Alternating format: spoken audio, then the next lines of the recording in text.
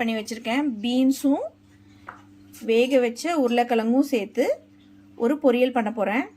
இந்த பொரியல் ரைஸில் மட்டுமே போட்டு பிசைஞ்சு சாப்பிட்லாம். பருப்பு எல்லாத்துக்குமே இந்த பொரியல் வந்து ரொம்ப மேட்சிங்காக இருக்கும். சப்பாத்திக்கு கூட சூப்பர் டேஸ்ட்டாக இருக்கும் இந்த பொரியல். உருளைக்கிழங்கும் பீன்ஸும் பொரியல் பண்ணலாமா? தேங்காயை இந்த மாதிரி துருவி வச்சுக்கணும்.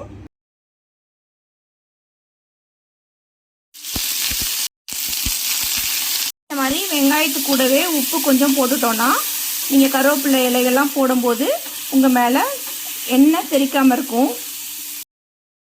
உருளைக்கிழங்க லேசாக ஸ்மாஷ் பண்ணி வச்சுருங்க.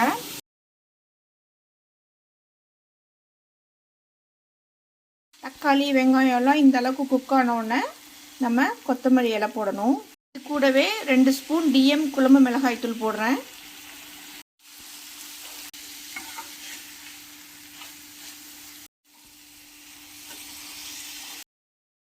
உருளைக்கிழங்கு எந்த அளவுக்கு வெந்திருக்கோ அந்த அளவுக்கு பீன்ஸ் வேகணும்.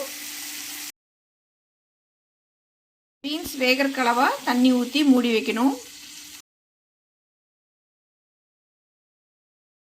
கொஞ்சமாக தண்ணி இருக்கும் போதே நம்ம உருளைக்கிழங்கு போட்டுடலாம்.